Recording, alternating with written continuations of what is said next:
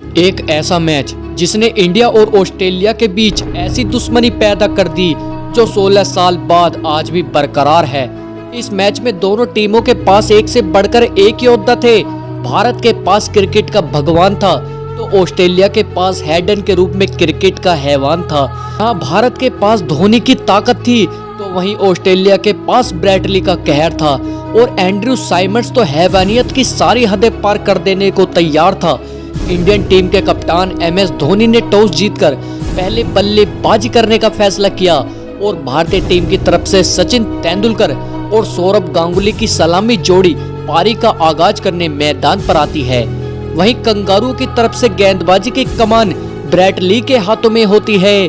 उस दौर में ब्रैडली अपनी रफ्तार पर इतना घमंड था कि वह किसी को भी अपने सामने कुछ नहीं समझता था और यह मैच दोनों ही देशों के लिए ऐतिहासिक होने वाला था। ब्रैडली ने अपने पहले ओवर में गांगुली को खूब परेशान किया। गांगुली ने किसी तरह से बचते बचते एक चौका जरूर निकाल लिया, लेकिन आज कंगारू की लहराती गेंदों के सामने सचिन भी लाचार दिख रहे थे।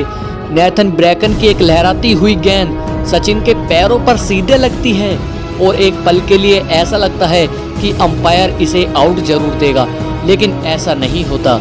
एम्पायर ने अपनी ईमानदारी को दिखाते हुए सचिन को नॉट आउट दिया।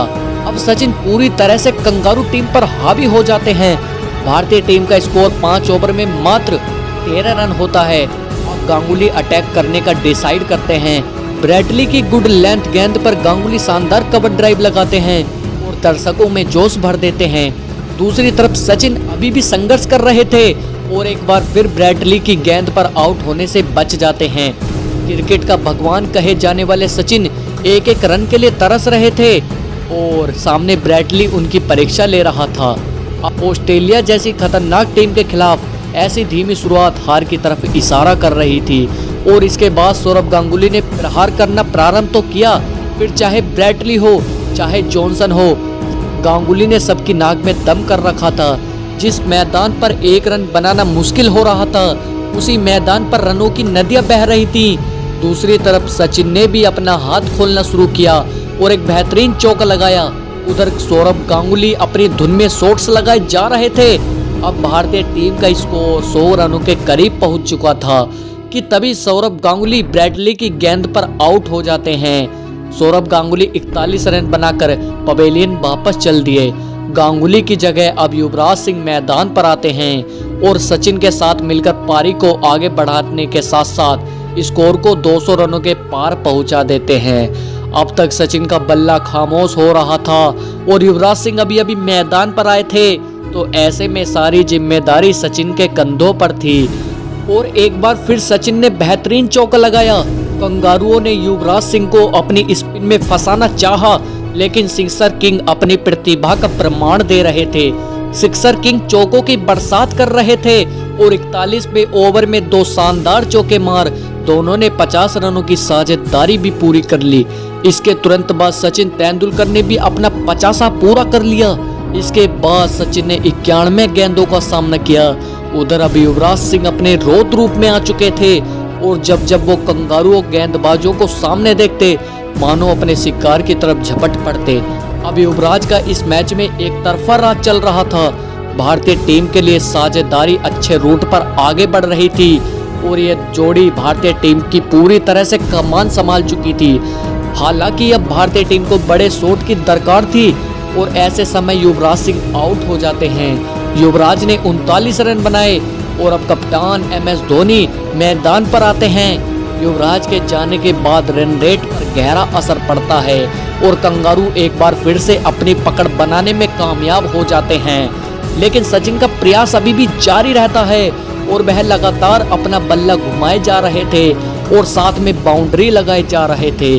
दूसरी तरफ MS धोनी ने भी गेंदबाजों को धोना शुरू कर दिया और 40वें ओवर में 2 चौके लगाकर स्कोर को 200 रनों के पार पहुंचा दिया। यहाँ से धोनी और सचिन ने आक्रामक रुख अपना लिया और दोनों ने मिलकर कंगारुओं पर पलटवार कर दिया। अभी तक एक भी छक्का नहीं मार पाए। जब एक बार फिर से गाड़ी रफ्तार पकड़ रही थी तभी सचिन तेंदुलकर आउट हो जाते हैं और सचिन ने 119 गेंदों पर 79 रनों की जुझारू पारी खेली थी अब मैदान पर आते हैं राहुल द्रविड़। राहुल द्रविड़ ने नेथन ब्रेकन को 2 चौके मारकर उनकी अकड़ को तो थोड़ा कम किया, लेकिन पैकेट ने राहुल द्रविड़ को बोल्ड कर भारत की दीवार में सुराख कर दिया। और अब भारत के लिए आखिरी ओवर बेहद ही शानदार रहा, क्योंकि इस ओवर में धोनी और उथप्पा ने मिलकर 21 रन कूटे। उथप्पा ने दूसरी और तीसरी गेंद पर चौका लगाया और धोनी ने 5वीं गेंद पर झन्नाटेदार चौका मार दिया। धोनी ने आखिरी ओवर की आखिरी गेंद पर पारी का पहला छक्का लगाकर पारी को समाप्त कर दिया और साथ में धोनी ने इसी के साथ अपना 50वां भी पूरा किया और स्कोर को 291 रनों तक पहुंचा दिया। भारतीय बल्लेबाजों ने भारत को अच्छी स्थिति में खड़ा कर दिया था। अब कंगारू की बैटिंग शुरू होती है और कंगारू की तरफ से एडम गिलक्रिस्ट और मैथ्यू हेडन पारी की शुरुआत करते हैं। यह जोड़ी उस दौर की सबसे खतरनाक जोड़ी थी और आते ही गिलक्रिस्ट ने आरपी सिंह को एक शानदार छक्का लगाया, जिसे देखकर हर कोई उनके शॉट की तारीफ कर रहा था। एक तरफ गिलक्रिस्ट का कहर जारी था तो दूसरी तरफ हेडन को गेंद को हवा में उड़ा रहे थे। शुरुआती 5 ओवर में ऑस्ट्रेलियाई टीम का स्कोर 37 रन होता है। अभी MS धोनी ने अपना मास्टरमाइंड लगाया और आरपी सिंह की गेंद पर जहीर खान ने बाउंड्री पर कैच पकड़कर गिलक्रिस्ट को पवेलियन का रास्ता दिखाया। अब ऑस्ट्रेलिया को पहला बड़ा झटका लग गया था और ऑस्ट्रेलिया के कप्तान रिकी पोंटिंग अब मैदान पर आते हैं। अब कप्तान रिकी पोंटिंग ने आरपी सिंह को आड़े हाथों लिया और उनको 10वें ओवर में 3 चौके मारे। इस ओवर में 16 रन निकाल लिए।